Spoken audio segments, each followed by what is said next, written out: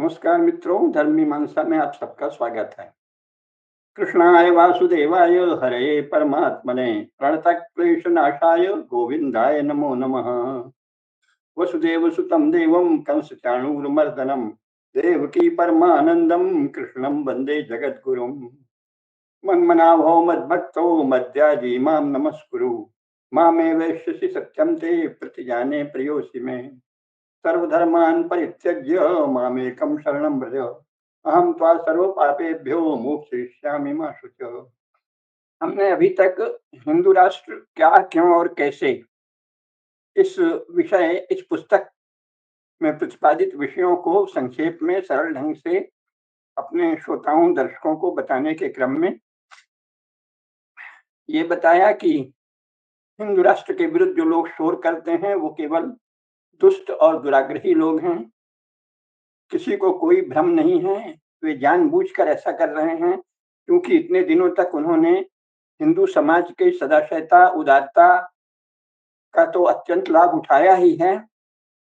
उन लोगों की दुष्टता के विषय में हिंदू समाज के प्रमाद का भी बहुत लाभ उठाया है दुष्टों ने। तो उनको लगता है कि अगर हिंदू राष्ट्र स्थापित हो गया शासन के स्तर पर भी, तो हमारा जो धूर्ततापूर्ण षड्यंत्र है, जो दिन रात हम झूठा प्रचार करते हैं, हमारे मतों में, हमारे विश्वासों में, हमारे विचारों में जो अमानवीयता, बर्बरता, क्रूरता और हिंसा छुपी है, घृणा और विद्वेष छिपा है, मानव समाज के बहुत बड़े वर्ग के बारे में, अपने पंथ या अपने पार्टी या अपने संप्रदाय के सिवाय से समस्त समाज से समस्त मानव समाज को अपने से नीचा मानना, उससे घृणा करना, ऐसी उद्दंडतापूर्ण असहनीय भावनाएं उनकी जो छिपी हुई हैं अभी तक, वे खुल जाएंगी और वे दंडित होंगे।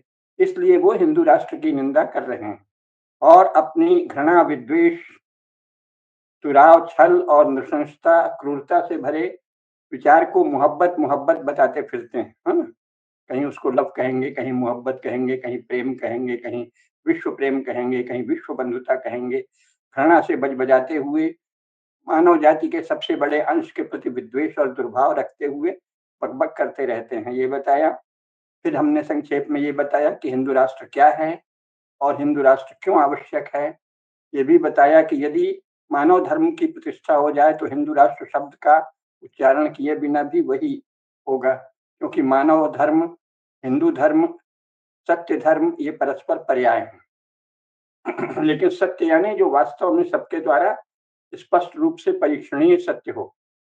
प्रारंभ तो वहां से होगा, ये नहीं कि हम किसी भी सरासर झूठी दिख रही बात को सत्य कहने लगे और कहने कि यही सत्य है, तो ऐसे तो नहीं चलेगा।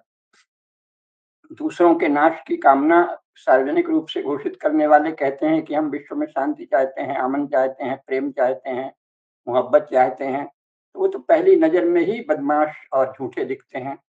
तो उसका हमने बताया कि उनके उस दुर्भाव को, एक प्रायोजित और सुनिश्चित दुर्भाव को शमित करने के लिए हिंदू राष्ट्र आवश्यक है। यही हिंदू राष्ट्र क्यों है इसका बताया। फिर ये कैसे होगा, हमने उसके कुछ बताए कि इसी संविधान को, इस खास तौर से नागरिकों के मूल कर्तव्य को दृढ़ता से लागू करने पर और इसमें आवश्यकता पड़ने पर बहुत छोटे-छोटे 1-2 संशोधन जोड़ देने पर, या शासन की इच्छा शक्ति प्रबल हो तो बिना जोड़े भी, क्योंकि संविधान में मूल रूप से तो वो सब निहित ही है, तो उनका पालन करके हिंदू राष्ट्र को साकार किया जा सकता है।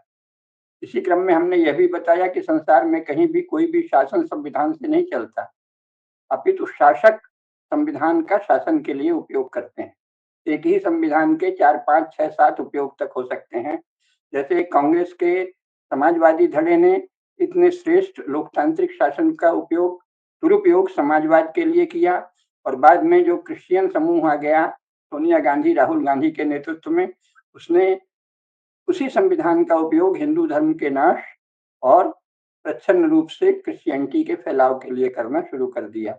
और इसके लिए सभी गैर हिंदू संप्रदायों को जब तक वो शासन में नहीं आते तब तक के लिए प्रोत्साहन देने लगे। शासन में आने पर तो उनकी मुख्य लड़ाई उन्हीं से होगी। ईसाइयों की सबसे ज्यादा लड़ाई मुसलमानों से हुई है, मुसलमानों की सबसे ज्यादा लड़ाई ईसाइयों से हुई है, और मुसलमानों ईसाइयों दोनों की सबसे ज़्यादा लड़ाई कम्युनिस्टों से हुई है।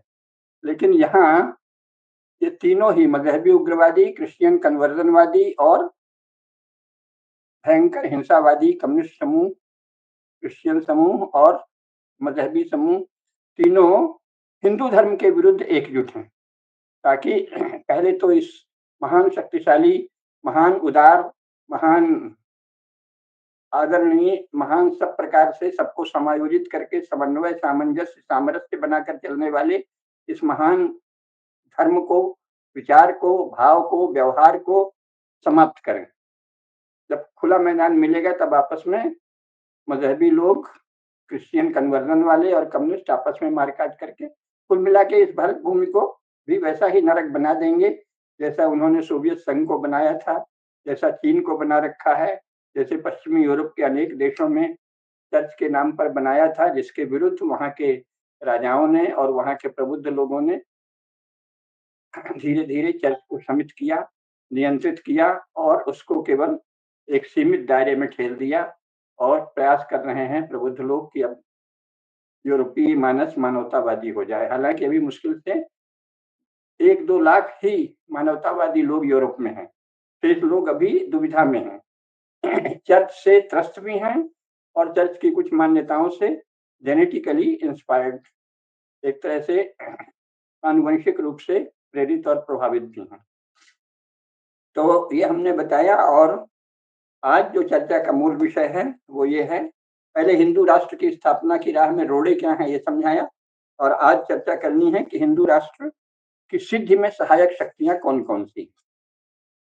तो लेकिन हिंदू सब इससे पहले ये आवश्यक है बताना कि हिंदू राष्ट्र जैसी अभी अंतरराष्ट्रीय परिस्थिति है और जैसी भारत की राष्ट्रीय परिस्थिति है, जिसमें सभी हिंदू संस्थाओं जो भी उनकी स्वाभाविक इकाइयां थी हिंदू समाज की, जाति, संप्रदाय, पंचायत और खाप आदि, उनका तो निषेध कर दिया गया है आधुनिक विधि व्यवस्था में, लीगल सिस्टम में, है जूरिस्प्रूडेंस में। तो इसलिए सारे अधिकार शिक्षा के, संस्कृति के, उद्योग के, व्यापार के, वाणिज्य के, कृषि पशु के, नस्लों के, नस्ल सुधार के नाम से, बीज सुधार के नाम से सारे अधिकार शासन ने ले रखे हैं 77 वर्षों से। समाज को उसमें सहभागी बनाने की कभी कोशिश करते हैं, कभी नहीं। मोदी जी का शासन आने के बाद समाज को स्वेच्छा से सहभागी बनाने का प्रयास हो रहा है, लेकिन विधिक स्तर पर अभी भी राज्य ही सबका निर्णायक है। तो इसलिए हिंदू राष्ट्र लाने के लिए भी राज्य का बल आवश्यक है। राज्य के बल के विषय में, राज्य के त्रिविध बल होते हैं जिनके विषय में कल हम और थोड़ा विस्तार से चर्चा करेंगे। ज्ञान बल, प्रभु बल, विक्रम बल, तो उनकी बातें कल करेंगे। आज ये बता रहे हैं कि हिंदू राष्ट्र की स्थापना में सहायक शक्तियां कौन सी हैं। तो सबसे बड़ी शक्ति तो राज्य ही है, अर्थात संविधान का यथावत पालन करना, संविधान का सदुपयोग करना, संविधान की मूल भावना को भी और उसके महत्वपूर्ण प्रावधानों को भी दृढ़ता से लागू करना, है ना। और उसका जो अनर्थकारी, अनुचित, अलोकतांत्रिक, अमानवीय और अहिंदू भाष्य किया जाता है उस पर अंकुश लगाना। तो सबसे पहली भूमिका तो राज्य की स्वयं है। लेकिन राज्य तो एक हो गया शासन और प्रशासन, सामान्यतः लोग राज्य उसी से समझते हैं। लेकिन अन्य चीजें जो वस्तुतः राज्य की नहीं है, लेकिन जवाहरलाल नेहरू के नेतृत्व में सोवियत संघ से प्रेरणा लेके राज्य ने अपहरण कर लिया है, वो भी तो हिंदू राष्ट्र की सिद्धि में सहायक होंगे, जिनमें सबसे महत्वपूर्ण शिक्षा है। शिक्षा, संस्कार, संस्कृति जो भी कहें, इसके बाद शिल्प, वाणिज्य, कृषि, इसकी देशी जितनी परंपराएं हैं, और साथ ही शास्त्र। शास्त्र तो शिक्षा का ही अंग है, ज्ञान का ही अंग है। अर्थात जो भारतीय ज्ञान परंपरा है उसका पोषण, उसको बलशाली बनाना, उसका फिर से सहज प्रवाह होने देना, ये बहुत आवश्यक है। और फिलहाल उसे किसने रोक रखा है? हिंदुओं ने नहीं त्याग रखा है, हिंदुओं ने नहीं उसे छोड़ रखा है, उसे शासन के द्वारा रोका गया है, गलत शासकीय नीतियों के द्वारा रोका गया है। और सबसे बड़ी गलत शासकीय नीति शिक्षा के क्षेत्र में है कि शिक्षा के द्वारा मानविकी विद्याओं में, राजनीति शास्त्र में, समाज शास्त्र में, वित्त प्रबंधन में, मनोविज्ञान में, दर्शन में भारतीय ज्ञान परंपरा को बाहर कर दिया गया है। हमारे अभी पिछले 50 वर्षों में एक सर्वश्रेष्ठ दार्शनिक हुए हैं यशदेव शल्य, जो भारतीय परंपरा के थे। उन्होंने बिल्कुल बारंबार कई बार स्पष्ट रूप से कहा और लिखा कि भारत में विश्वविद्यालयों में दर्शन शास्त्र के नाम से जो पढ़ाया जाता है, वो पश्चिमी दर्शन की भारतीय शाखा है। वस्तुतः भारतीय दर्शन यहाँ नहीं पढ़ाया जाता। कोई विशेष रूप से उसका कोई प्रश्न पत्र आदि लेना चाहे तो अलग से पढ़ा देते हैं, लेकिन उसमें भी प्रायः वो राधा कृष्णन और अन्य जो यूरो ईसाई बुद्धि से प्रभावित लोग हैं, उनको ही कोट करते हैं। या विवेकानंद अरविंद को भी करेंगे तो आंशिक करेंगे, लेकिन जो मूल भारतीय दार्शनिक हैं, मनीषी हैं, ऋषि हैं, शंकराचार्य, रामानुजाचार्य, मध्वाचार्य आदि, उसके पहले स्वयं व्यास और प्राचीन ऋषि जैमिनी आदि, है ना, कणाद, जितने भी प्राचीन दार्शनिक हैं, उनके उनके संप्रदायों की परंपरा भी चल रही है। उनका ज्ञान शास्त्र के रूप में सुरक्षित भी है। आप संप्रदाय से बाहर रहकर भी उनका अध्ययन कर सकते हैं, साधना के द्वारा उनका साक्षात कर सकते हैं, आत्मसात कर सकते हैं, और उस समय आप उस संप्रदाय के भी मत को, सार को आत्मसात कर सकते हैं। संप्रदाय से आप संप्रदाय के सदस्य नहीं भी हों, तो भी अगर आपने श्रद्धा पूर्वक उसका अनुशीलन किया और साधना की, तो आप उस संप्रदाय के ही अंग जैसे हो जाएंगे और उस संप्रदाय के भाव को समझ जाएंगे। सभी संप्रदायों के भाव को समझना कोई भी कठिन नहीं है। भारत में एक विराट परंपरा रही है कि एक किसी मत का प्रतिपादन विद्वत्ता के लिए, ज्ञान के ऐश्वर्य के विस्तार के लिए आचार्यगण करते रहे हैं, लेकिन सार रूप में सभी भारतीय दर्शन संप्रदायों को जानते रहे हैं। तभी शास्त्रार्थ संभव होता है। जिसे शास्त्रार्थ कहते हैं वो क्या है? कोई भी व्यक्ति उसी स्थिति में शास्त्रार्थ का अधिकारी है और शास्त्रार्थ में समर्थ होता है जब वह भारतीय दर्शन की सभी संप्रदायों को, सभी शाखाओं को, सभी प्रवाहों को जाने और उनके बीच बुद्धि वैभव के द्वारा अपने किसी एक विशेष एंगल, विशेष कोण, विशेष झुकाव का महिमा मंडन करे। और वो सब जानते हैं कि ये जो संसार है, ये जो जगत प्रवाह है, भव प्रवाह है, वो कोई हमारे प्रतिपादन के मत से नहीं है, भगवान इसे चला रहे हैं, हम तो इसमें अपना योगदान देते हैं। ये तो शंकराचार्य सहित सबको पता है कि हम तो इसमें इस विशेष मत के उत्कर्ष के लिए, बुद्धि वैभव, अध्यात्म वैभव के उत्कर्ष के लिए एक विशेष योगदान देते हैं, क्योंकि हमारा जन्म उसी लिए हुआ है। तो वो स्वधर्म पालन के द्वारा अपने जीवन को धन्य करते हैं। कोई भी महान भारतीय दार्शनिक ये कभी नहीं मानता कि उसके मत्थे ये देश चल रहा है अथवा वो इस देश का शास्ता है। वो अपने संप्रदाय का शास्ता हो सकता है अगर बहुत बड़ा हुआ तो, लेकिन संपूर्ण भारत का शास्ता आज तक किसी भी आचार्य ने स्वयं को नहीं माना, क्योंकि ये पता था कि जो विराट ज्ञान प्रवाह है, ये जो विराट ज्ञान सागर है, उसकी सभी तरंगें, सभी लहरें, सभी महत्वपूर्ण वर्तुल, ये जो हैं, ये परस्पर संबद्ध हैं और किसी में एक कोई विशेष कांति या चमक या द्युति ज्योत या दीप्ति है, इसी में दूसरी, और कुल मिलाकर ही वो होते हैं। तो इसलिए अपने राष्ट्र के, अपने इस भारत भूमि के अथवा सनातन धर्म की विविध शाखाओं के सभी मतों को, सभी विचार प्रवाहों को जानना प्रत्येक बड़े आचार्य का प्रमुख कार्य रहा है, क्योंकि तभी शास्त्रार्थ हो सकता है।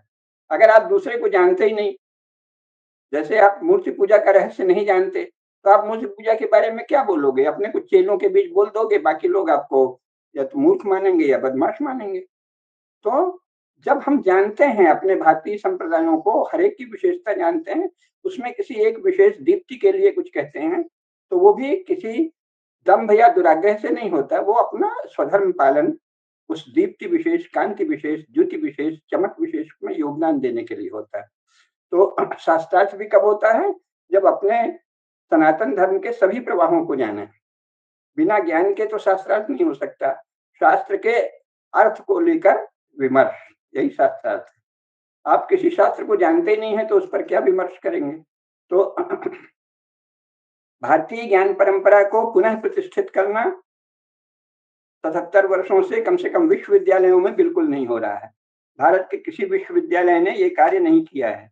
इसीलिए श्री यशदेव शल्य ने ठीक ही कहा कि भारत में दर्शन के नाम से जो पढ़ाया जाता है वो पश्चिम यूरोपीय दर्शन की भारतीय शाखा है। इसी प्रकार समाज शास्त्र, राजनीति शास्त्र, वित्त शास्त्र, मनोविज्ञान आदि में भी केवल यूरोपीय शाखाओं को पढ़ाया जाता है। मनोविज्ञान में योग शास्त्र से बड़ा तो संसार में आज तक कोई शास्त्र है ही नहीं, लेकिन योग शास्त्र को विश्वविद्यालयों की सामान्य शिक्षा का अंग नहीं बनाया है। इसी तरह भारतीय राजनीति शास्त्र, जो वाल्मीकि रामायण में, महाभारत के राजधर्मानुशासन पर्व में, शुक्र नीति में, चाणक्य के अर्थशास्त्र में, बृहस्पति नीति में, इसके साथ ही मनुस्मृति में, याज्ञवल्क्य स्मृति में, अंगिरा स्मृति में, बृहस्पति स्मृति में, वैखानस स्मृति में, व्यास स्मृति में, सब जगह जो भारतीय राजनीति शास्त्र के सूत्र वर्णित हैं, समस्त धर्मशास्त्रों में राजनीति शास्त्र सदा धर्मशास्त्र का एक अंग विशेष माना जाता रहा है। उसकी कोई भी पढ़ाई भारत के विश्वविद्यालयों में सामान्य अध्ययन के रूप में नहीं होती। तो ये क्या है? भारतीय शिक्षा को आधुनिक यूरो इंडियन यूरेंडपंथी विश्वविद्यालय ही हैं सब जो इस समय विश्व भारत में हैं, उन सभी यूरेंडपंथी विश्वविद्यालयों से भारतीय ज्ञान परंपरा को बहिष्कृत कर दिया गया है। अभी नई शिक्षा नीति में आदरणीय मोदी जी के नेतृत्व में इंडियन नॉलेज सिस्टम के पक्ष में कुछ निर्णय तो हुआ है, लेकिन वो अभी भी एक अधिकृत प्रवाह, एक मुख्य प्रवाह, एक प्रमुख प्रवाह बनने में समय है। तो सबसे बड़ी सहायक शक्ति क्या होगी? भारतीय ज्ञान परंपरा की शिक्षा मानविकी विद्याओं के सभी अनुशासनों में प्रवाहित करना, यह हिंदू राष्ट्र की स्थापना की सिद्धि में सहायक होगा। संयोग कुछ ऐसा है कि राज्यकर्ताओं से हमारे जो समाज की परंपरा है कि अपने शासकों से प्रेम करते हैं सामान्यतः, जब तक वो दुष्ट नहीं सिद्ध हो। तो जिन लोगों को अंग्रेजों ने पावर का ट्रांसफर किया, उनको ही मान लिया कि यही शासक हैं। हालांकि उनकी कई बातें स्पष्ट रूप से दुष्टतापूर्ण दिख रही थी, पर फिर भी अपनी परंपरा के कारण भारत के हिंदुओं ने उनको प्रेम किया। तो उनको काफी समय दिया कि अच्छा शायद बाद में कर दें, अच्छा शायद थोड़े समय यूरोपीय ज्ञान को ज्यादा महत्व दे रहे हैं, चलो वो भी हमारे बच्चे जान लें, हम तो अपना भारतीय ज्ञान तो जान ही लेंगे। लेकिन ऐसा कहते कहते उन्होंने ऐसे किया कि शिक्षा से, संचार माध्यमों से, विचार विमर्श के परिदृश्य से सबसे बाहर भारतीय ज्ञान। तो कहाँ तो हिंदू समाज इसलिए सह रहा था कि चलो भाई अपना ज्ञान तो कहाँ जाएगा, हमारे आचार्य हैं, संप्रदाय हैं, लेकिन उन आचार्यों और संप्रदायों सबके संसाधन तो समाप्त कर दिए गए। सब कुछ संसाधनों से होता है। पहले तो राजा जो हैं, शासक वो हैं, वो सबसे ज्यादा ब्राह्मणों को यानी विद्वानों को दान देते थे, सभी शाखाओं के विद्वानों को। हमारे बड़े बड़े राजा जितने हैं वो जो दान भी देते थे, तो जिन्हें अभी सनातन धर्मी कहा जाता है, विशेषकर उस धारा को, जैनों को, बौद्धों को, सबको देते थे। इसके अभिलेख हैं। स्वयं महाराज हर्ष जो हैं 7वीं शताब्दी में भी जो दान देते थे, उसमें बौद्धों को भी दान देते थे और सनातन धर्म के अन्य सभी ब्राह्मणों को भी दान देते थे। तो ये दान किसके लिए दिया जाता था? ज्ञान की साधना के लिए, क्योंकि नियंत्रण नहीं था शासन का शिक्षा पर। तो वो तो सब बंद है। कह देते हैं हाँ अभिव्यक्ति की स्वतंत्रता है, जाइए कहें, तो अभिव्यक्ति की स्वतंत्रता से कुछ होता है? मैंने हिंदू विद्या केंद्र कब बनाया था? 1997 में बनाया था। देश के बहुत बड़े संगठनों के प्रमुख लोग ये कहते रहे कि हाँ ठीक है, आप बहुत अच्छा कार्य कर रहे हैं और इसको करते रहिए। कुछ लोग तो पूछते भी रहे क्या हो रहा है, क्या प्रगति, लेकिन बहुत ही संकोच के साथ, बहुत ही विनम्रता के साथ जब मैं संकेत करता था कि नहीं, संसाधनों की कमी है, संसाधनों के बिना कैसे उतने बड़े पैमाने पर होगा, तो किसी ने, बड़े बड़े संगठनों के शीर्ष लोग भी थे जिनका नियमित पत्राचार था, कुछ मानव संसाधन विकास मंत्री भी थे, सबने पूछा, सबने चर्चा की, किसी ने संसाधन नहीं दिए, तो कैसे हिंदू विद्या केंद्र आगे बढ़ेगा? तो इतने वर्षों से भारत में एक भी हिंदू विद्या केंद्र नहीं है, अर्थात हिंदू दृष्टि से राज्य, समाज, शिक्षा, शासन, हिंदू शिल्प परंपराएं, हिंदू सभी अनुशासनों में ज्ञान परंपराएं, उनका वर्तमान रूप क्या होगा, इसका जहां प्रकाश हो। ये नहीं कि पुराने शास्त्र पढ़ा दिए, पुराने शास्त्र तो हमारे मठों संप्रदायों में आज भी पढ़ाए जा रहे हैं बहुत। उसको विद्या केंद्र नहीं कहते, उसको विद्या संरक्षण केंद्र कह सकते हैं कि उन्होंने विद्या को बीज रूप में संरक्षित कर रखा है। लेकिन विद्या पूरे वैभव के साथ समकालीन प्रसंग में, समकालीन विश्व में हिंदू राज्य कैसा हो, हिंदू राज्य की क्या व्यवस्था हो, हिंदू राज्य का हिंदू समाज से क्या संबंध होगा, और वो संबंध व्यावहारिक रूप में क्या होगा। सिद्धांत रूप में तो संविधान भी कहता है कि हम भारत के लोग इस संविधान को अंगीकृत, अधिनियमित और अ, मतलब उसको लागू करते हैं आज से, है ना? तो उससे क्या होता है, आपने शास्त्रों को प्रतिष्ठा दे दी और अगर उनका व्यावहारिक रूप सामने नहीं आया शास्त्रों का कि इस समय शास्त्रों के अनुसार समाज और राज्य के क्या-क्या आचरण होंगे और उनका आपस में संबंध क्या होगा और जो आज स्थिति है उससे अगला चरण क्या होगा, इस पर विस्तार से करना होगा ना। नहीं तो आप इस समय भारत में एक एंग्लो क्रिश्चियन ढंग की शासन व्यवस्था चल रही है 1947 से, जो बचा हुआ भारत है उसमें। और उसमें आपने अलग से वो शास्त्र भी पढ़ लिए और कई बार इन्हीं संरचनाओं की पुष्टि या समर्थन के लिए उन शास्त्रों को उद्धृत कर दिया, तो वो तो सर्वनाश है। तो जब तक उस विशेषता को नहीं समझें, विशेषकर ज्ञान और न्याय और व्यवहार तीनों की जो भारतीय परंपराएं हैं, भारतीय दृष्टि है, भारतीय दर्शन है, जिससे राज्य, समाज और न्याय संस्था तीनों का स्वरूप कैसा हो और चरणबद्ध रूप से कैसा हो, ये भी सोचना पड़ेगा क्योंकि दर्शन सदा हमारे यहाँ व्यवहार की वस्तु रहा है। उसमें स्पष्ट रूप से व्यवहार चरणबद्ध कैसा हो, ये नहीं कि बस निंदा कर दी तो आप कोई खून खराबा नहीं कर सकते अपने समाज के साथ, इसलिए भी कि मॉडर्न नेशन स्टेट जो है, उसकी एक स्टैंडिंग आर्मी है। एक तो इसलिए भी कोई नहीं कर सकता, नहीं तो नक्सली तो बहुत खून खराबे की कोशिश किए थे, विफल हो गए। दूसरी बात ये है कि किसका खून खराबा करना, किसके लिए आप हिंदू राष्ट्र बना रहे हैं? अपने सभी लोगों के लिए ना। तो जो शासक हैं, जो विपक्षी हैं, सबके लिए तो सबके कल्याण, सबके उत्कर्ष, सबके हित के लिए हिंदू राष्ट्र बन रहा है। किसी को शत्रु मान के नहीं बन रहा है। सिर्फ ये देखकर कि ये धर्म से उदासीन हो गए हैं, धर्मनिरपेक्ष हो गए हैं, अपने ही लोग हैं, तो इनको धर्म में पुनः प्रवृत्त किया जाए, धर्म में पुनः प्रवृत्त होने की प्रेरणा दी जाए। किया जाए माने दंड बल से नहीं, वो तो राज्य करेगा दंड बल। ज्ञानी के पास दंड बल नहीं होता अपने यहाँ परंपरा से। ज्ञानी का ज्ञान ही सबसे बड़ा बल है। तो वो प्रवृत्त होने की प्रेरणा देता है कि आप कैसे धर्म में पुनः प्रवृत्त हो सकते। सब लोग अपने-अपने स्वधर्म का पालन कैसे निष्ठापूर्वक करें और जो सनातन धर्म के आधारभूत सिद्धांत हैं उसमें कैसे प्रवृत्त हों। उसके लिए व्यावहारिक चिंतन और चरणबद्ध कार्यक्रम या रूपरेखा या चरणबद्ध व्यवहार का स्वरूप तय करना होता है।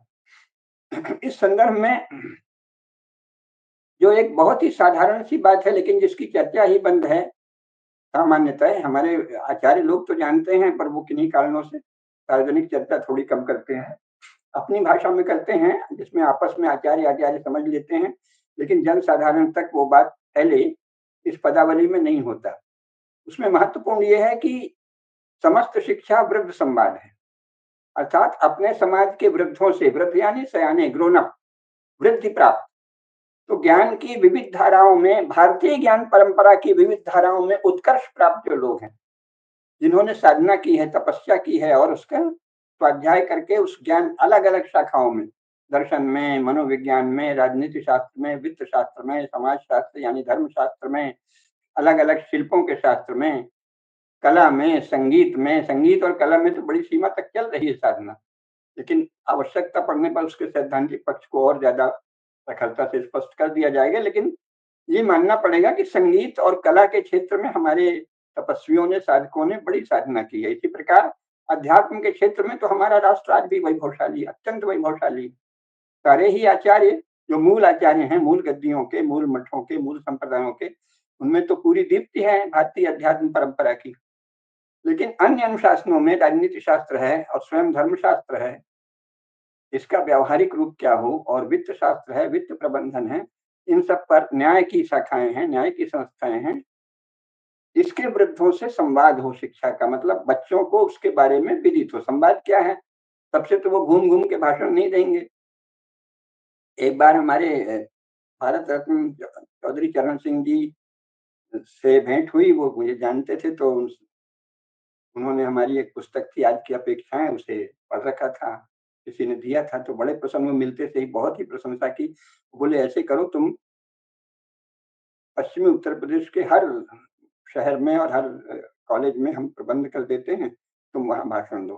खैर मैं थोड़ा व्यस्त भी था और दूसरे मैंने हँस के कहा कि चौधरी साहब, ये तो शासन के द्वारा लागू करने की चीज़ें हैं इस विचार की। और मैं आप जैसा आदेश देंगे भाषण दे दूँगा, लेकिन वो कितने बच्चे सुनेंगे? उस समय उतने सारे को तो बुलाने का प्रबंध कैसे होगा? मान लिया कि आपका बहुत प्रभाव है। लेकिन सब लोग पढ़ें, सब लोग जानें, इसकी व्यवस्था करनी होगी। ख़ैर वो फिर थोड़े ही समय में अन्य राजनीतिक समस्याओं में फँस गए, तो वो नहीं हो पाया, नहीं तो शायद वो करने की कोशिश करते। तो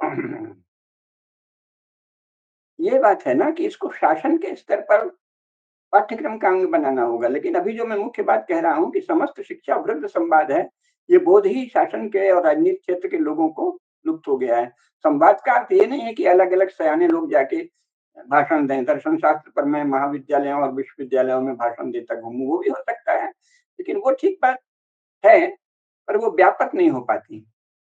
उसके लिए क्या है, उस पाठ्यक्रम का अंग बनना चाहिए। इसी से जुड़ी बात ये है कि शिक्षा का मूल अर्थ है उच्च शिक्षा। हमारे भारत में ये हिंदुओं में लुप्त हो गया है। पता नहीं कैसे जो आधुनिक शिक्षा प्राप्त हिंदू हैं, वो जब भी शिक्षा के नाम पे कोई प्रयास करते हैं, तो वो शिशु मंदिर या प्राथमिक से शुरू करते हैं। संसार में कहीं भी प्राथमिक शिक्षा स्वयं नहीं पैदा होती। उस प्राथमिक शिक्षा का स्वरूप स्वयं प्राथमिक शिक्षा पर चिंतन करके नहीं होता। आप कोई भी शिक्षा शास्त्र की पुस्तक पढ़ लीजिए।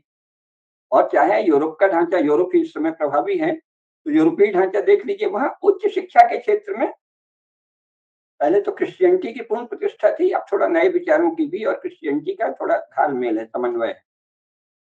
लेकिन उच्च शिक्षा से तय होता है कि माध्यमिक और प्राथमिक शिक्षा कैसे होगी। प्राथमिक शिक्षा से कुछ नहीं तय होता। हम देखते हैं कि एक से एक बहुत अच्छे भावना से संचालित प्राथमिक शिक्षा चलते हैं, शिशु मंदिर आदि चलते हैं। उनमें बच्चे बहुत मेधावी बच्चे आते हैं, क्योंकि संस्कारी घरों के लोग उत्साह से उनमें भर्ती करते हैं और वो श्लोक आदि सीख लेते हैं हमारे शास्त्रों के। लेकिन बस जब वो विद्यालय और विश्वविद्यालय में पहुँचते हैं, तो पश्चिमी राजनीति, यूरोपीय राजनीति शास्त्र, यूरोपीय समाजशास्त्र, यूरोपीय वित्त शास्त्र यही पढ़ते हैं। तो किसी काम का नहीं आता वो। ठीक है, संस्कार पड़ गए, थोड़ा बच्चा बेहतर हो गया, आज्ञाकारी हो गया, संस्कारी हो गया, लेकिन जीवन में फलित नहीं होगा।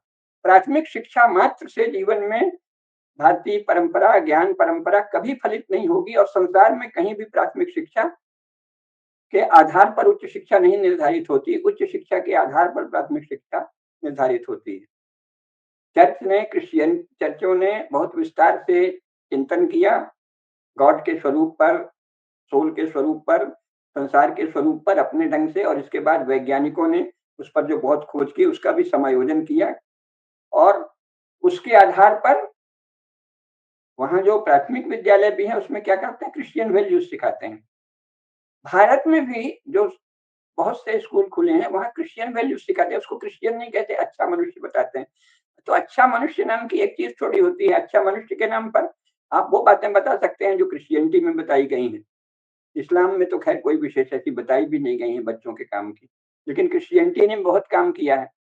तो आप क्रिश्चियनिटी के द्वारा प्रतिपादित बालकोचित ज्ञान को अगर अपने बच्चों को दे रहे हैं, तो वो सनातन धर्म की, हिंदू धर्म की ज्ञान परंपरा का आगे चलकर उसका प्रतिफलन उसके व्यक्तित्व में नहीं होगा। इसलिए प्राथमिक शिक्षा का अर्थ प्राथमिक शिक्षा कदापि नहीं समझें। शिक्षा का अर्थ सदा उच्च शिक्षा होता है। अगर उच्च शिक्षा में भारतीय ज्ञान परंपरा प्रतिष्ठित हो गई, तो अपने आप ये निर्धारित हो जाएगा, उसके आधार पर वो बड़े-बड़े विद्वान लोग स्वयं ही समझ लेंगे कि हमको प्राथमिक शिक्षा कैसे करनी चाहिए। यहाँ मैं अपने विचार नहीं बता रहा हूँ, क्योंकि वो तो मेरा विचार है। मैंने भी बहुत सोचा है, बहुत व्यवहार में भी किया है, कोशिश की है। तो वो तो एक व्यक्ति का हुआ। लेकिन सारे देश के मनीषी, विद्वान, धर्माचार्य आदि और श्रेष्ठ शासक भी, श्रेष्ठ राजनेता भी मिलकर अगर उच्च शिक्षा का स्वरूप निश्चित कर देंगे भारतीय ज्ञान परंपरा वाला, तो फिर बाकी लोग या वही लोग मिलके स्वयं सोच लेंगे कि माध्यमिक और प्राथमिक शिक्षा कैसे हो। इसलिए शिक्षा का सदा स्मरण रखना चाहिए कि भारतीय शिक्षा ही सबसे बड़ा, यहाँ तक कि जो संचार माध्यम है, उनमें जो लगभग पूरी तरह आत्मविस्मृति है, एलियनेशन है, परायापन है, जैसे वो हिंदू हैं, इसका कोई ज्ञान ही नहीं है। वो सनातन धर्म एक महान राष्ट्र के नागरिक हैं, इसका ज्ञान ही नहीं है अधिकांश मीडिया कर्मियों को। वो अजीब-सी वही जो यूरो क्रिश्चियन टर्मिनोलॉजी है, यूरो क्रिश्चियन मान्यताएँ हैं, अथवा राजनीतिक पार्टियों के नेता लोग जो बोल देते हैं, उन्हीं को ब्रह्म वाक्य मान के। वो बेचारे राजनीतिक पार्टी का काम तो लोगों को लुभाना है ना और वोट पाना। ठीक ही है। अब उनके आधार पर आप कर रहे हैं तो आप अपना स्वधर्म पालन नहीं कर रहे हैं। तो इसलिए हिंदू राष्ट्र की सिद्धि में सहायक शक्तियों में सबसे प्रमुख है शिक्षा। वो शिक्षा कैसी हो? तो जैसा विश्व के सभी लोकतांत्रिक राष्ट्रों में होता है, उसी प्रकार भारत की शिक्षा का स्वरूप धर्म क्षेत्र के शीर्ष आचार्यों के परामर्श से निर्धारित होगा। यूरोप के प्रत्येक देश में वहां की शिक्षा का स्वरूप वहां के पादरी लोग निर्धारित करते हैं, बड़े-बड़े धर्माचार्य कह लीजिए आप उनको, हम तो खैर केवल पादरी ही कहेंगे, प्रीस्ट कह देंगे, क्रिश्चियन प्रीस्ट। पश्चिमी यूरोप के किसी भी देश में शिक्षा के स्वरूप का निर्धारण क्रिश्चियन प्रीस्ट ही करते हैं या क्रिश्चियन प्रीस्ट के शिष्य करते हैं। कॉन्वेंट में बाकायदे बपतिस्मा प्राप्त दीक्षित प्रोफेसर लोग करते हैं। प्रोफेसर शब्द भी क्रिश्चियनिटी का है। प्रोफेस, जो क्रिश्चियनिटी का प्रोफेस करे, उसको सब जगह कहे, बताए, विस्तार करे, वही प्रोफेसर है। जो केवल उसको पढ़ दे, ज्यादा विद्वान नहीं है, उसको रीडर कहते थे। अब तो अच्छा हुआ सबको प्राध्यापक कहने लगे, सहायक भी, और मैंने अच्छे नाम दे दिए हैं। लेकिन प्राध्यापक तो बहुत सुंदर नाम है, लेकिन वो प्राध्यापक भारतीय ज्ञान परंपरा में दीक्षित हो, इसके लिए एक प्रबंध करना होगा। जैसे आप ये कर सकते हैं कि एक जैसे इंडियन एडमिनिस्ट्रेटिव सर्विसेज हैं, आईएएस या आईएफएस आदि है, आईपीएस है, उसी तरह आप चाहें तो इंडियन कल्चरल सर्विसेज आईसीएस कर सकते हैं, वो पुराने आईसीएस से हटके होगा, अथवा इंडियन एजुकेशन सर्विसेज कर सकते हैं, अगर अभी फिलहाल यही ढांचा चरणबद्ध रूप में रखना है। तो शिक्षा में शिक्षा सचिव से लेकर प्रांतीय स्तर पर निदेशक तक वही अधिकारी हों जब तक ये ढांचा है। आगे चल के तो हम चाहेंगे कि शिक्षा राज्य का कार्य ही नहीं रहे, जो कि भारत में परंपरा रही है। लेकिन चरणबद्ध रूप में पहले एक भारतीय शिक्षा सेवाएं, इंडियन एजुकेशन सर्विसेज या इंडियन कल्चरल सर्विसेज शुरू करनी चाहिए, शासन को शुरू करनी होगी, जो भारतीय शिक्षा सेवाओं में दीक्षित अफसर होंगे, और उसका पाठ्यक्रम पूरी तरह धर्माचार्यों की एक महापरिषद के परामर्श से भारतीय ज्ञान परंपरा के विद्वानों की सम्मिलित बैठक से निर्धारित होगा। उसमें आधुनिक ज्ञान परंपरा के भी जागृत लोग हों, लेकिन जो निष्ठावान हो हिंदू धर्म के प्रति, और भारतीय धर्माचार्य भी हों, तो उसकी रूपरेखा बन जाएगी। तो अगर आपको फिलहाल शिक्षा को शासन के ही नियंत्रण में रखना है, तो भारतीय शिक्षा सेवाएं ऐसी करनी पड़ेंगी कि उनमें वही पढ़ाई हो, कम से कम ह्यूमैनिटीज में पूरी तरह भारतीय ज्ञान परंपरा की पढ़ाई हो। उसके जो अफसर निकले वही शिक्षा सचिव से लेके संयुक्त सचिव, उप सचिव तक, और यहाँ निदेशक तक, प्रांतीय सहायक निदेशक, उप निदेशक तक वही लोग बन सकेंगे जो भारतीय ज्ञान परंपरा पर केंद्रित इंडियन एजुकेशन सर्विसेज से पास उत्तीर्ण होकर निकलेंगे। उसके बिना तो नहीं होगा। तो शिक्षा कैसी हो, हिंदू राष्ट्र की सिद्धि में सहायक शिक्षा होगी, वो शिक्षा कैसी हो, इस पर शासन को और समाज को भी विचार करना होगा। संसार भर में शिक्षा और संस्कृति मंत्रालय बहुसंख्यकों के रिलीजन के प्रमुख पदाधिकारियों से परामर्श पूर्वक ही संभव होता है। ईसाई नेशन स्टेट्स में पोप अथवा बिशप और पादरी गणों से परामर्श किया जाता है। मुस्लिम नेशन स्टेट में मौलवी लोगों से, अथवा बौद्ध नेशन स्टेट में बौद्ध भिक्षुओं से परामर्श लिया जाता है। भारत में भी शिक्षा नीति और संस्कृत नीति के निर्धारण में सनातन धर्म के शीर्ष आचार्यों की एक महापरिषद का परामर्श लेना आवश्यक होना चाहिए। इससे हिंदू राष्ट्र की स्थापना सहज सुगम हो जाएगी। इसके साथ ही परंपरागत शिल्प रूपों, परंपरागत चिकित्सा पद्धतियों, परंपरागत आहार पद्धतियों, इनके विशेषज्ञ और सक्रिय लोग हिंदू राष्ट्र की स्थापना में सहायक शक्ति होंगे। इनमें मातृशक्ति का बहुत बड़ा स्थान है, क्योंकि उन्होंने जीवन में हिंदू धर्म और हिंदू संस्कारों को निरंतर संरक्षित किया है, पोषित किया है। अतः हमारी माताएं बहनें हिंदू राष्ट्र की बहुत बड़ी सहायक शक्ति हैं, बहुत बड़ी।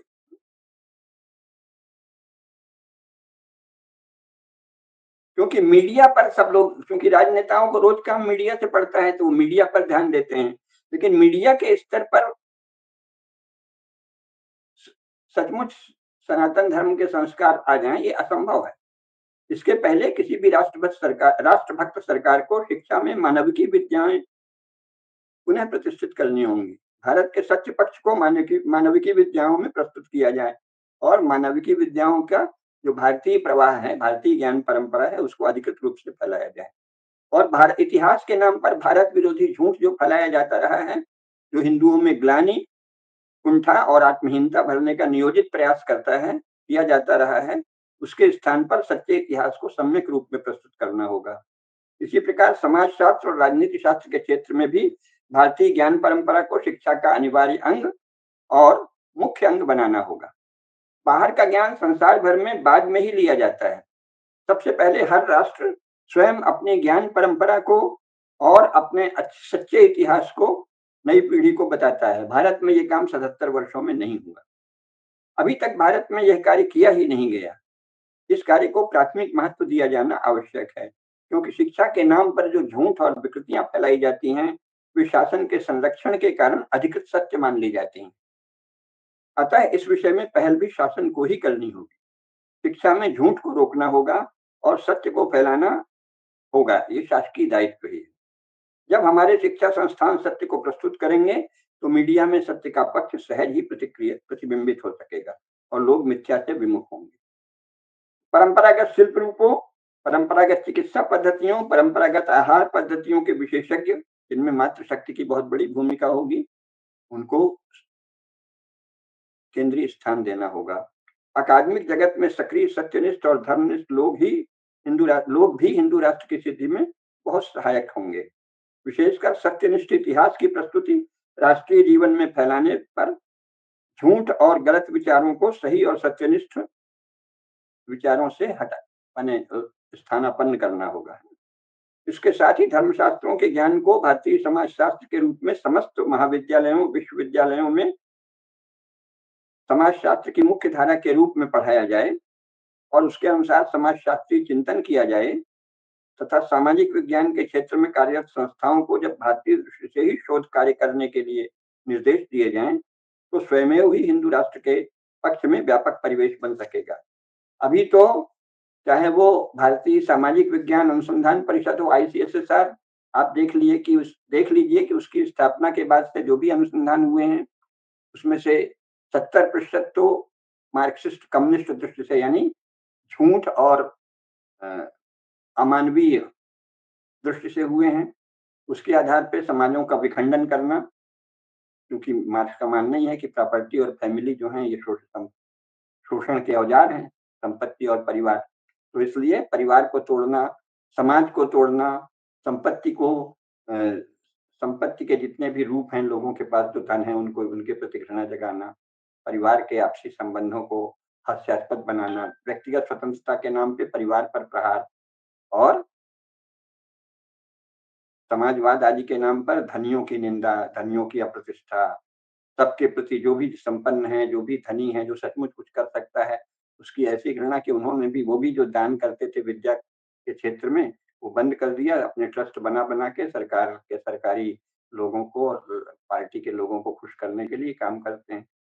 तो जो स्वयं भारतीय विद्या परंपरा, भारतीय ज्ञान परंपरा, भारतीय संगीत कला की परंपरा, इसको प्रोत्साहन करने का काम जितने बड़ी मात्रा में हमारे संपन्न लोग करते थे दान देकर, वो तो बंद है। अब वो ट्रस्ट भी बनाते हैं तो कानूनी हिसाब से ट्रस्ट ऐसे बनाते हैं कि वो उनके ही नियंत्रण में रहता है, क्योंकि समाज में उस तरह की स्वतंत्र प्रतिष्ठा ही नहीं है। गुणीजनों की, कलाकारों की, विद्वानों की, सबको राज्याश्रित बना दिया है। तो इसीलिए इस विषय में राज्य का कर्तव्य मुख्य होगा। यूरो ईसाई ज्ञान की भारतीय शाखाएं ही अभी भारतीय कही जाती हैं। जितने भी ICSSR हो, ICPR हो, थोड़े बहुत अभी मोदी शास्त्री जी का शासन आने के बाद कुछ श्रेष्ठ भारतीय ज्ञान परंपरा वाले लोग मुख्य पदों पर तो नियुक्त हुए हैं, लेकिन उसकी संरचना और उसके मुख्य कार्य पद्धति ही नहीं, मुख्य वहाँ जो शोध के या कार्य के विषय होते हैं, वो भी तो बदलने होंगे पूरी तरह। ऐसे कैसे मान लिया है कि ये जो यूरो अमेरिकन कैटेगरीज हैं और यूरो अमेरिकन इंडेक्स हैं किसी चीज के, उनको ही प्रमाण माना जाएगा और उनके आधार पर ही शोध करेंगी। भले उसमें कोई बड़ा देशभक्त व्यक्ति अथवा हिंदू धर्म, सनातन धर्म और भारत के सभी धर्मों का जानकार व्यक्ति हो जाए, लेकिन वो पद्धति जो होगी शोध की, वो वही होगी जो यूरो अमेरिकन पद्धति है। ये तो इतना दरिद्र है क्या भारतीय ज्ञान, लेकिन ऐसे ही हो रहा है। तो उसमें उनकी खासतौर से ICSSR के जो भी खोजें हुई हैं, मैंने विस्तार से देखा उसको, तो सब या तो अमेरिकन दृष्टि से हैं, यूरो अमेरिकन या कम्युनिस्ट दृष्टि से हैं। भारतीय दृष्टि से तो कोई भी महत्वपूर्ण शोध कार्य, अनुसंधान, समाज विश्लेषण आज तक नहीं हुआ। आदरणीय जयप्रकाश नारायण जी ने इसी दृष्टि से गांधी विद्या संस्थान बनाया था। फिर वो संपूर्ण क्रांति आंदोलन में लग गए, तो उसके बाद वहाँ उनको समय नहीं रहा, क्योंकि वो बिहार के थे और अमुक जाति के थे, तो सब क्षेत्र और जाति के नाम पर अत्यंत निकम्मे, नकारा या कम्युनिस्ट लोग भर गए, बर्बाद हो गया। वो संस्थान को नाश ही कर दिया, उसको कम्युनिस्टों की दरबार की जगह बना दी है ना। कम्युनिस्टों का दरबार होता था, गांधीवादी अपने को कहते हुए। और स्वयं एक निदेशक उन्होंने सर्व सेवा संघ ने बनाया जो पिस्तौल लटका के जाता था। क्यों? क्योंकि उसको पता था कि हम जो गुंडागर्दी करते हैं उसका विरोध हो सकता है। तो जयप्रकाश नारायण होते तो एक क्षण नहीं बर्दाश्त कर पाते, लेकिन वो तो चले गए। और उसके बाद तो अब 40 साल से ज्यादा हो गए, तो दुर्गत हो गई उस संस्था ने। तो कोई भी एक समाज शास्त्र के क्षेत्र में भारतीय दृष्टि से उच्च अध्ययन करने वाला एक भी संस्थान भारत में नहीं है।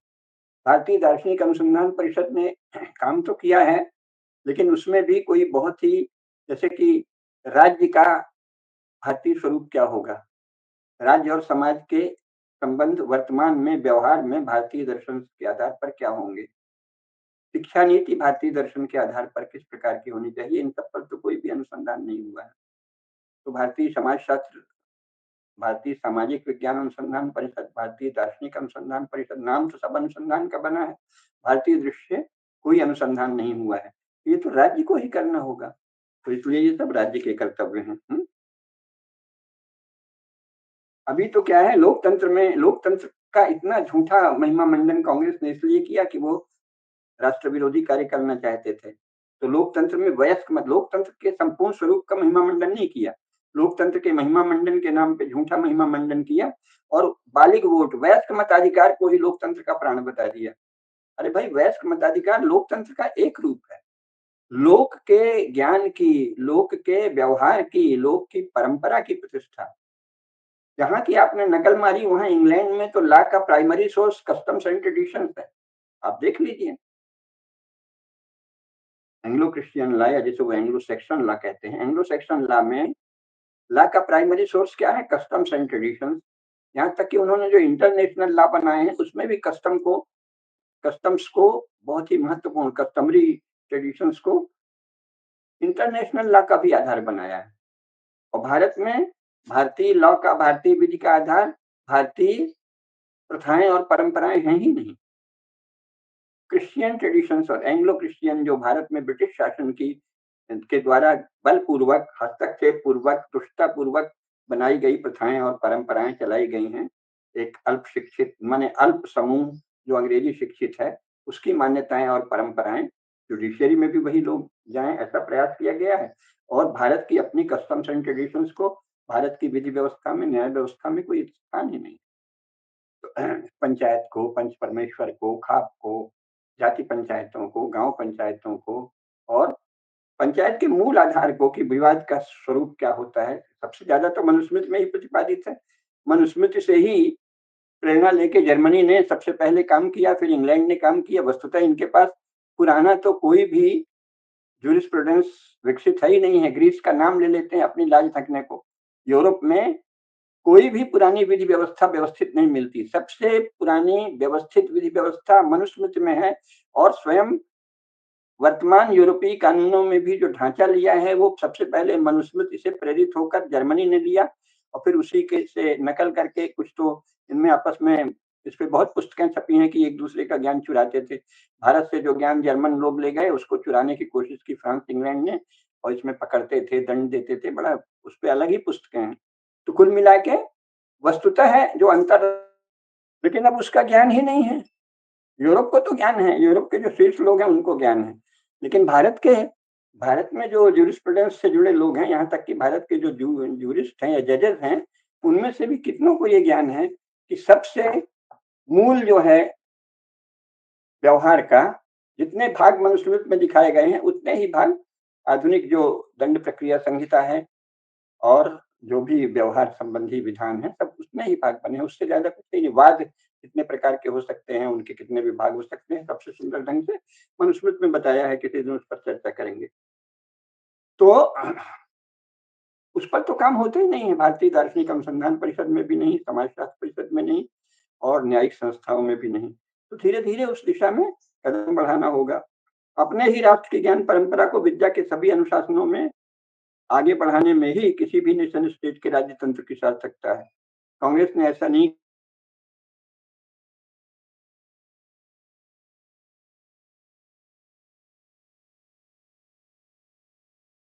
ईसाई अन्य शाखाओं को ही आगे बढ़ाया,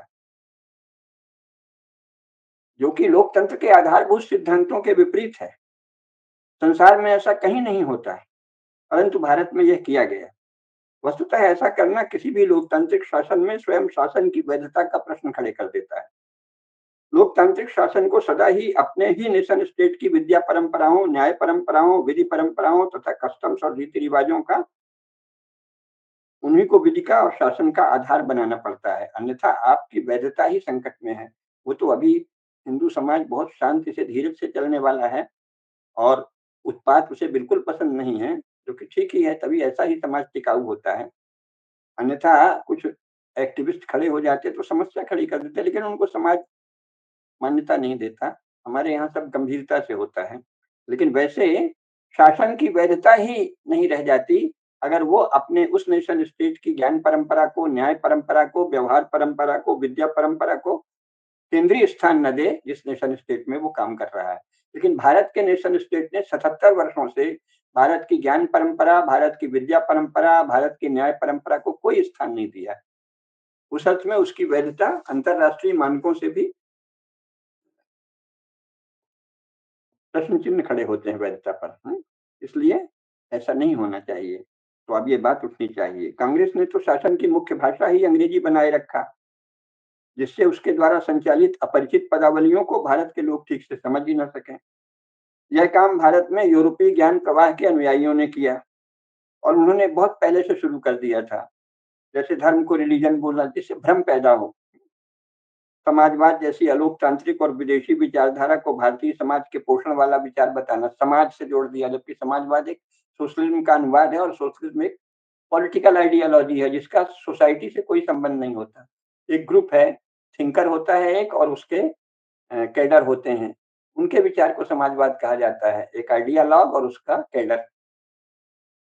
तो उसको यहाँ कह दिया गया कि समाजवाद माने समाज का विचार। समाजवाद के विचार में समाज अनुपस्थित है। सोशलिज्म जो मूल सोशलिज्म है उसमें सोसाइटी का कोई कॉन्सेप्ट नहीं है। सोशलिज्म जो है वो एक आइडियालॉग और बाकी उसके पार्टी वर्कर, कैडर, उनके द्वारा संचालित आइडियोलॉजी विशेष को सोशलिज्म कहा जाता है।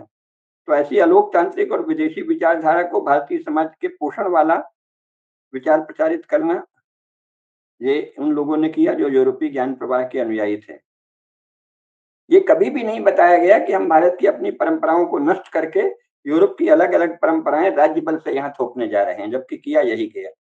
उसके स्थान पर हर यूरो ईसाई प्रत्यय को, कॉन्सेप्ट को किसी सुंदर भारतीय पदावली में प्रस्तुत किया जाता रहा है। इस प्रकार हिंदू जीवन पद्धति और हिंदू सामाजिक व्यवहार को राज्य बल से रूपांतरित करने का व्यवस्थित प्रयास किया गया कि नया समाज बनाएंगे, यानी हिंदुत्व को नष्ट कर देंगे। इस विषय में प्रोपेगेंडा द्वारा भीषण झूठ फैलाया गया और उसे युग की आवश्यकता बताया गया कि अब तो नया युग आया है, नया जमाना आया है। नया जमाना तो कुछ नहीं होता। राज्य और शक्तिशाली लोग जैसा निर्मित करते हैं प्रयास से, खासतौर से मॉडर्न स्टेट बहुत पावरफुल है, वो जैसा परिवेश, शिक्षा, संचार माध्यम सबके द्वारा बनाता जाता है और अपने कानून और दंड बल के प्रयोग से वैसा समाज बनता जाता है। उसी को वो नया समाज, जब उनको किसी समाज को नष्ट करना होता है तो कह देते हैं हम नया समाज बनाएंगे। तो युग की आवश्यकता बता के ये कहा गया।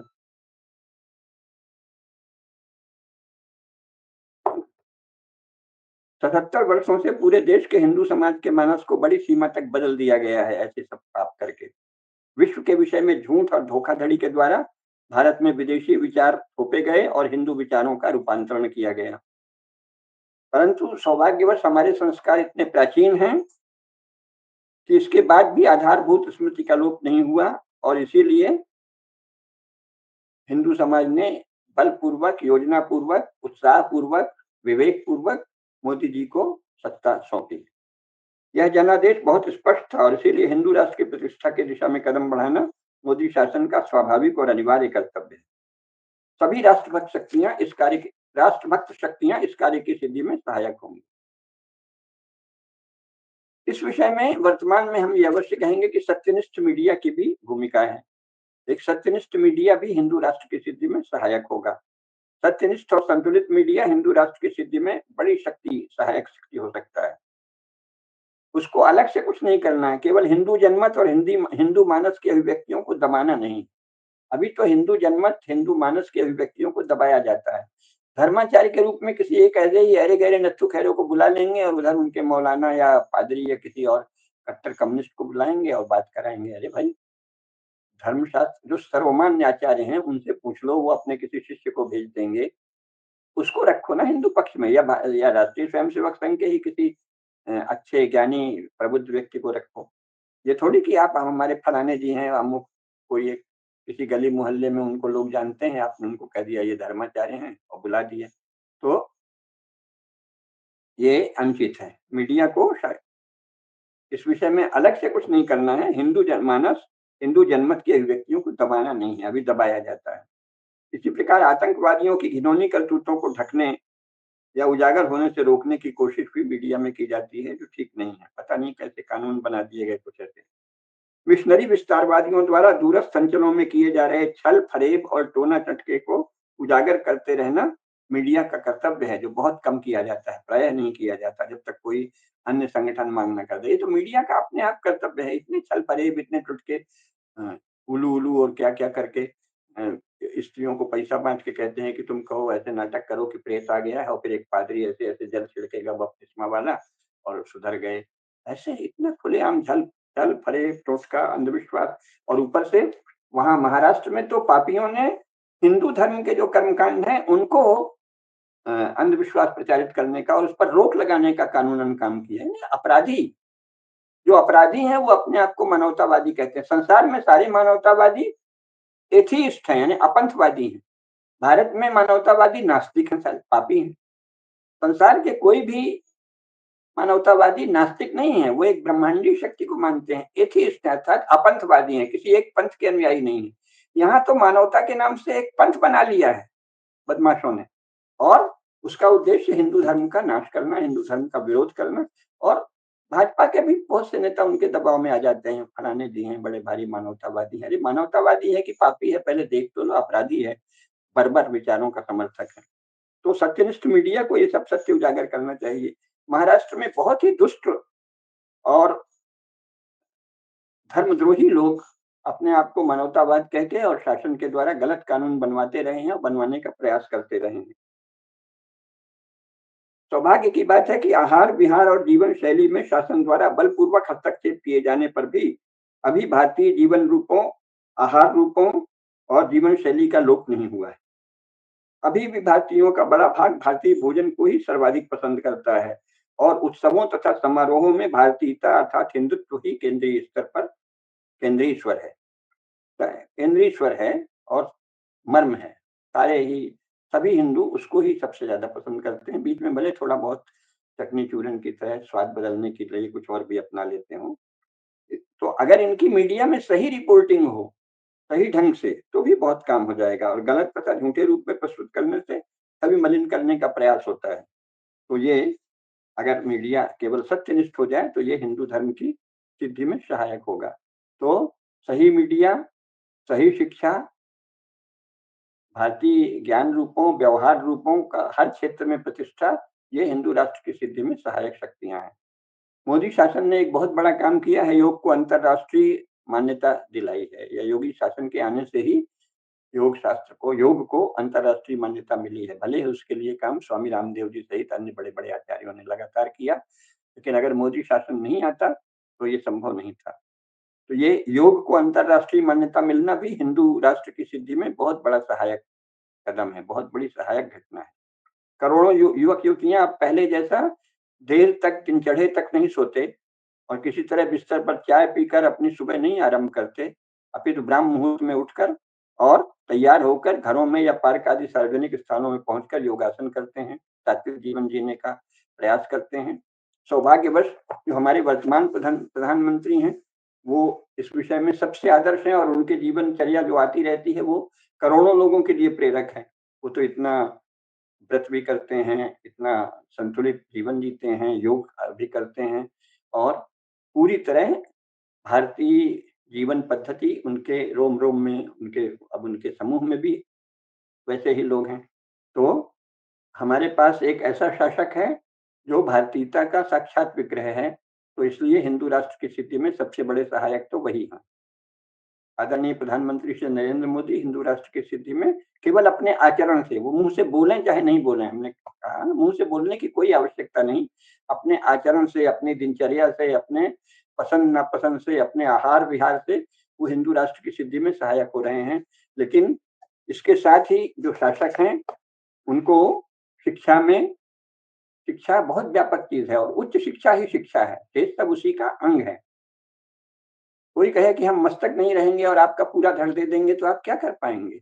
उच्च शिक्षा मस्तक है और माध्यमिक शिक्षा, प्राथमिक शिक्षा उसी के अंग-उपांग हैं। प्राथमिक शिक्षा उसका पैर है। प्राथमिक शिक्षा अच्छी नहीं होगी तो वो चलेगा ही नहीं। माध्यमिक शिक्षा अच्छी नहीं होगी तो पोषण नहीं होगा। लेकिन मस्तिष्क ही नहीं होगा तो ना च पोषण होगा, ना चलेंगे। उच्च शिक्षा के बिना किसी भी माध्यमिक या प्राथमिक शिक्षा का कोई अर्थ नहीं है। तो उच्च शिक्षा का सभी रूपों में, विशेषकर ह्यूमैनिटीज़ में, मानविकी विद्याओं में प्रतिष्ठा हो, ये हिंदू राष्ट्र की सिद्धि में बहुत सहायक शक्ति होगी। शासन ने इतनी बड़ी-बड़ी संस्थाएँ चला रखी हैं, 77 वर्षों से और कुछ बाद में 40-50 वर्षों से वो केवल कम्युनिज़्म या यूरो अमेरिकी चिंतन को, ईसाइयत को अथवा कुछ मामलों में प्रबुद्ध यूरोपीय विचारों को, 3 प्रकार के विचारों को हमारी शासकीय केंद्रीय संस्थाएँ बढ़ाती हैं। सबसे ज़्यादा कम्युनिज़्म को बढ़ाती हैं, इसके बाद वो क्रिश्चियनिटी को बढ़ाती हैं और फिर इसके बाद वो कुछ प्रबुद्ध यूरो ईसाई चिंतन को भी बढ़ाती हैं। लेकिन हिंदू दृष्टि को, हिंदू चिंतन को बढ़ाने वाली एक भी केंद्रीय संस्था भारत में नहीं। हिंदू विश्वविद्यालय था, उसे भी जवाहरलाल नेहरू ने तत्कालीन शिक्षा सचिव बटलर के सहयोग से लगातार बाधा डाल के एक प्रकार से शासकीय नियंत्रण वाला स्वरूप बना दिया और शासकीय नियंत्रण के लिए जो यूजीसी बना, उसमें सदा ही यूरो इंडियन बुद्धि वाले लोग ही होते रहे हैं अब तक, आज तक। तो वो भी अन्य विश्वविद्यालयों की तरह एक विश्वविद्यालय हो रहा। फर्क दुर्भाग्य है ये, लेकिन सौभाग्य ये है कि वेद विद्या विभाग तथा अन्य जो कुछ विभाग हैं, उसमें अभी भी वहाँ भारतीय ज्ञान परंपरा सुरक्षित है। लेकिन ह्यूमैनिटीज़ के मुख्य अनुशासनों में राजनीति शास्त्र, समाज शास्त्र और वित्त शास्त्र आदि में वहाँ भी हिंदू ज्ञान परंपरा बिल्कुल प्रतिष्ठित नहीं है। जैसे अन्य यूजीसी केंद्रित विश्वविद्यालयों में पाठ्यक्रम, पाठ्यचर्या आदि है, ऐसे ही वहाँ भी है। इतिहास में भी वहाँ वही हो रहा है, जो कम्युनिस्टों और कुछ क्रिश्चियन विचार वाले लोगों ने सारे देश में फैलाया। तो इस सबको शिक्षा हिंदू धर्म के नाश की एक माध्यम बना दी गई। संचार माध्यम हिंदू धर्म के नाश को फैसिलिटेटर बना दिए गए।